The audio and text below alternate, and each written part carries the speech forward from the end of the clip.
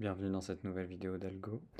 Ici, il s'agira de fusionner deux arrêts, l'arrêt nums1 et l'arrêt nums2.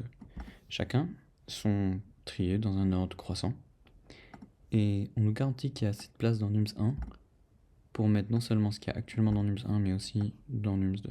C'est-à-dire que nums1 il contient m valeurs suivi de n espaces qu'on peut remplir. Ce sera des valeurs qui sont initialisées d'une manière probablement 0, d'une manière qui ne nous importe pas, c'est juste de l'espace qu'on nous donne à utiliser. Comment on va faire du coup pour utiliser l'espace de nums1 en utilisant une quantité de mémoire constante additionnelle? Pour ce faire, on va prendre une approche dite 3 pointers, 3 pointeurs, en ayant un pointeur qui lit dans nums1, un pointeur qui lit dans nums2, et un pointeur, le plus conceptuellement difficile ou important de ce problème, qui écrira dans nums1. Il commencera tout en haut et on le décrémentera tant qu'il est positif et qu'il y a quelque chose à comparer avec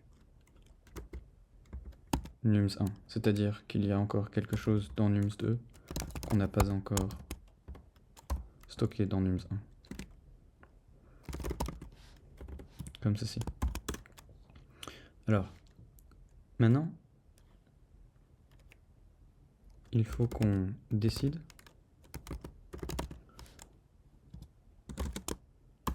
selon quelles conditions est-ce qu'on choisira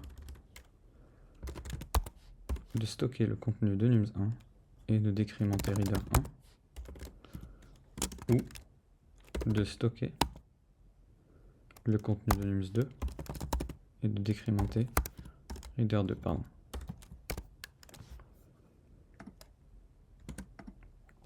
On peut remarquer que si reader1 est strictement inférieur à 0, alors on n'a rien à lire là-dedans, et donc il faudra directement, de toute façon, écrire le contenu de nums2. Donc,